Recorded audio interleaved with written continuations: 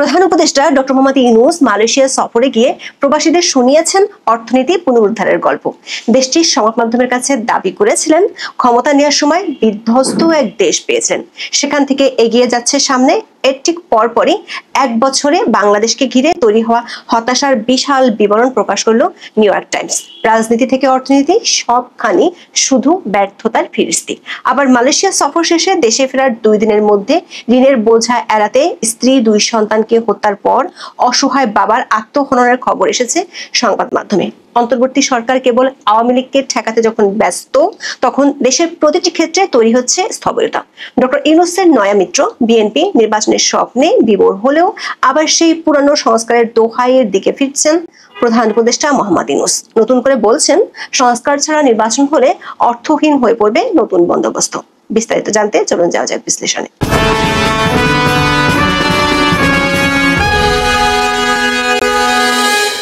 আওয়ামী লীগ সরকার পতনের বর্ষপূর্তির দিন জাতির উদ্দেশ্যে ভাষণে নিজের সরকারের বিশাল সাফল্যের ফিরিস্তি দেন অধ্যাপক মোহাম্মদ ইউনূস। দাবি করেন, টালমাটাল পরিস্থিতিতে নানা চ্যালেঞ্জের মধ্যেও 1 বছরে সরকারের কৃতিত্ব বহুমুখী। নির্বাচনী ব্যবস্থা, শাসন ব্যবস্থা, গণমাধ্যমের স্বাধীনতা, অর্থপূর্ব সাফল্য। দাবি করেন, আওয়ামী লীগ সরকার পুরো বাংলাদেশের অর্থনীতি ধস করেছিল, বাংলাদেশের সমাজকে নষ্ট করেছে। অন্তর্বর্তী সরকার দায়িত্ব নেওয়ার সময় দেশের অবস্থা ছিল রিক্টার স্কেলে 9 মাত্রার ভূমিকম্পের পর ক্ষতিগ্রস্ত দেশের মতো। সবকিছু ধ্বংস করে দেওয়া হয়েছিল। সে অবস্থা থেকে দেশকে অনেকটাই সামনে এগিয়ে নিতে পেরেছে অন্তর্বর্তী সরকার। দর্শক, গত মার্চে ইউনূস তার ক্ষমতা নেওয়ার সময়ের বাংলাদেশকে তুলনা করেছিলেন যুদ্ধ বিধ্বস্ত গাজার সঙ্গে। ব্রিটিশ দৈনিক দ্য গার্ডিয়ানকে তিনি বলেন, শেখ হাসিনা দেশের যে ক্ষতি করেছেন তা ছিল নজিরবিহীন। এটি ছিল সম্পূর্ণরূপে বিধ্বস্ত একটি দেশ, অনেকটা গাজার মতো। ভবনগুলো ধ্বংস করা না হলেও পুরো প্রতিষ্ঠান, নীতি, মানুষ, আন্তর্জাতিক সম্পর্ক সবকিছু ধ্বংস করে দেওয়া হয়েছে। তবে ইসরায়েলের সঙ্গে যুক্তরাষ্ট্রের সম্পর্ক নতুন করে ঘনিষ্ঠর পর তিনি এখন আর গাজার উদাহরণ টানছেন না, এবার এনেছেন 9 মাত্রার ভূমিকম্পে ক্ষতিগ্রস্ত দেশের কথা। মজার বিষয় হলো, 21 শতকে 9 মাত্রা বা তার বেশি ভূমিকম্প রেকর্ড হয়েছে 2 বার। এর একটি ছিল 2004 সালের 26শে ডিসেম্বর, যে কারণে ভারত মহাসাগর তীরবর্তী অনেক দেশ সুনামির মুখে পড়ে। অন্যটি হয় 2011 সালের 11ই মার্চ, এতেও সুনামি হয়েছিল জাপানে। দর্শক, ডক্টর ইউনূস বাংলাদেশকেও 9 মাত্রার ভূমিকম্পের মতো বিধ্বস্ত অবস্থায় পাওয়ার দাবি করেছেন সেখান থেকে অনেকটাই উত্তরণ ঘটিয়েছেন দেশের। মালয়েশিয়ার প্রবাসীদের সামনে বক্তব্যের সময়ও অর্থনীতি পুনরুদ্ধারের গল্প শোনান প্রধান উপদেষ্টা। তবে তার গল্পের সাফল্য, নীতি, বিচার ব্যবস্থা, আইন শৃঙ্খলা পরিস্থিতির উন্নয়ন কোথাও পিছিয়ে নেই সরকার। অর্থনীতিতে নানান সাফল্যের ফিরিস্তিও দেন ডক্টর ইউনূস।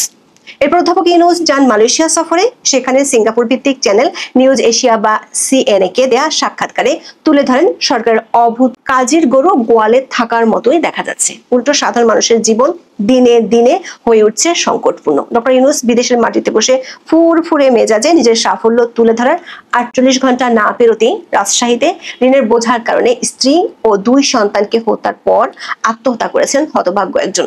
মরদেহের পাশে একটা চিরকুট লেখা ছিল, আমরা মরে গেলাম ঋণের দায়ে আর খাওয়ার অভাবে। অন্তর্বর্তী সরকার যেখানে সাড়ম্বরে নিজেদের সাফল্য প্রচার করতে ব্যস্ত, সেখানে একের পর এক বন্ধ হচ্ছে কলকারখানা। পত্রিকার তথ্য অনুযায়ী গত বছরের 5ই আগস্টের পর থেকে 29শে জুলাই পর্যন্ত শুধু গাজীপুরে 72টি কলকারখানা বন্ধ হয়েছে। এর মধ্যে 6 মাসে বন্ধ হয়েছে 29টি। এর ফলে বেকার হয়েছেন প্রায় 73,000 শ্রমিক কর্মচারী। তাদের অনেকে কাজ না পেয়ে পেশা পরিবর্তন করেছেন, তবে বেশিরভাগ শ্রমিক এখনো বেকার। তবে এসব নিয়ে কোনো উদ্বেগ নেই সরকারের। অর্থনীতির পাশাপাশি রাজনৈতিক ক্ষেত্রেও দিনে দিনে বাড়ছে অচল অবস্থা। বিএনপির সঙ্গে সমঝোতার অংশ হিসেবে 8ই আগস্ট জাতির উদ্দেশ্যে ভাষণে ফেব্রুয়ারিতে নির্বাচনের ঘোষণা দেন ডক্টর মোহাম্মদ ইউনূস। এ নিয়ে বিএনপিতে রয়েছে উচ্ছ্বাস। তবে সরকারের সবচেয়ে ঘনিষ্ঠ মিত্র এনসিপি এবং জামাত হাঁটছে অন্য পথে। কিংস পার্টি এনসিপি নেতারা এরই মধ্যে জানিয়ে দিয়েছেন ফেব্রুয়ারিতে কোনো নির্বাচন হবে না। তাদের সে বক্তব্যের সঙ্গে মিল রেখেই যেন পরিবর্তনের সুর বাজছে প্রধান উপদেষ্টার কণ্ঠে। মালয়েশিয়া সফরের সময় তিনি নতুন করে এনেছেন সংস্কারের প্রসঙ্গ। চ্যানেল নিউজ এশিয়ার প্রশ্ন ছিল, কোনটা গুরুত্বপূর্ণ, নির্বাচন প্রথমে তারপর সংস্কার, নাকি তখন আপনি আবার সেই পুরনো সমস্যায় ফিরে যাবেন? নির্বাচন প্রশ্নে এমন ধোঁয়াশাপূর্ণ বক্তব্য দিতে কয়েক মাস আগেও নিয়মিত দেখা গেছে প্রধান উপদেষ্টাকে। তবে লন্ডনে 13 জুন তারেক রহমানের সঙ্গে বৈঠকের পর এ বিষয়ে মুখ বন্ধ রেখেছিলেন, কিন্তু আবার নতুন করে তিনি জোর দিচ্ছেন নির্বাচনের আগে সংস্কারের উপর। তার মিত্র দলগুলো মাঠে নামছে একই দাবিতে। প্রশ্ন হলো, বিএনপির স্বপ্ন কি আবারও পড়তে যাচ্ছে গোলক ধাঁধায়? ইশরাক হোসেনের মেয়র হওয়ার স্বপ্নের মতোই অধরা থাকবে বিএনপির অতি কাঙ্ক্ষিত নির্বাচন। দর্শক, এমন গোলমেলে পরিস্থিতিতে যুক্তরাষ্ট্রের প্রভাবশালী সংবাদ মাধ্যম নিউ ইয়র্ক টাইমসও বাংলাদেশ ঘিরে হতাশার পরিবেশ দেখতে পাচ্ছে। এক নিবন্ধে তারা লিখেছে, বিপ্লবের 1 বছর পর আশার জায়গায় হতাশা তৈরি হচ্ছে বাংলাদেশের রাজনীতিতে। পরিবর্তনের ধীর গতিকে কেন্দ্র করে দেখা দিয়েছে উদ্বেগ। ঘোষিত নির্বাচন এখনো কয়েক মাস দূরে, হোঁচট খাচ্ছে অর্থনীতি, আর পুরনো সমস্যাগুলো রয়ে গেছে আগের মতোই। নিউ ইয়র্ক টাইমসের নিবন্ধে বলা হয়, শিক্ষার্থীরা চেয়েছিলেন বাংলাদেশ একটি সমতার এবং গণতান্ত্রিক দেশ হিসেবে গড়ে উঠবে। এজন্য তারা শান্তিতে নোবেল বিজয়ী মোহাম্মদ ইউনূসকে অন্তর্বর্তী সরকারের শীর্ষ পদে বসান। তার দায়িত্ব ছিল দেশকে বিশৃঙ্খল থেকে স্থিতিশীলতার পথে নিয়ে যাওয়া। তবে পরিবর্তনের ধীর গতি নিয়ে অনেক বাংলাদেশি এখন হতাশ। তারা ভাবছেন, তাহলে কি আবু সাইদের মতো আন্দোলনকারীরা বৃথাই প্রাণ দিয়েছিলেন? ইউনূসের নেতৃত্বে বাংলাদেশ দুর্নীতি, মুদ্রাস্ফীতি, কর্মসংস্থানের ঘাটতি এবং আমলাতন্ত্রের কবল থেকে মুক্ত হয়নি বলেও উল্লেখ করা হয় নিবন্ধে। আইন শৃঙ্খলার উন্নতিতে ইউনূস সরকারের ব্যর্থতার কথাও তুলে ধরেছে নিউ ইয়র্ক টাইমস। নিবন্ধে বলা হয়, বিপ্লব পরবর্তী সময় লুটপাট, দাঙ্গা ও সংখ্যালঘুদের উপর হামলায় অস্থিতিশীলতা তৈরি হয়। এখন অবস্থা কিছুটা শান্ত, তবে মানবাধিকার সংস্থাগুলোর অভিযোগ, হিন্দু, সংখ্যালঘু ও শেখ হাসিনার সমর্থকদের বিরুদ্ধে সহিংসতা দমনে সরকার যথেষ্ট ব্যবস্থা নেয়নি। পাশাপাশি প্রভাব বিস্তারের চেষ্টা করছে ইসলামপন্থী কট্টরপন্থীরা। যে সংস্কারের কথা বলে নির্বাচনের গুরুত্ব কমাতে চাইছেন ডক্টর ইউনূস, তা অনেকটা লোক দেখানো বলে মনে করছে নিউ ইয়র্ক টাইমস। তাদের নিবন্ধে বলা হয়, ব্যাপক সংস্কারের পরিকল্পনা বাস্তবায়নের লক্ষ্য নেওয়া হয়েছিল। এজন্য মোট 11টি কমিশন গঠন করা হয়, তবে সংস্কার প্রস্তাবের সামান্যই বাস্তবায়ন করা হয়েছে। ফলে আশা এখন পরিণত হয়েছে হতাশায়। ঢাকা বিশ্ববিদ্যালয়ের এক ছাত্রকে উদ্ধৃত করে বলা হয়, সবকিছু বিশৃঙ্খল মনে হচ্ছে, আমাদের স্বপ্ন এখনো অপূর্ণ, ছাত্ররা যে উদ্যম নিয়ে মাঠে নেমেছিল তা হারিয়ে যাচ্ছে। নির্বাচন নিয়ে টালবাহানার ইঙ্গিত পাওয়া যায় এই নিবন্ধে। লেখা হয়েছে, নির্বাচন কখন হবে তা নিয়ে রাজনৈতিক দলগুলোর সঙ্গে আলোচনা করতে ডক্টর ইউনূসের মেয়াদের অর্ধেকেরও বেশি সময় কেটে গেছে।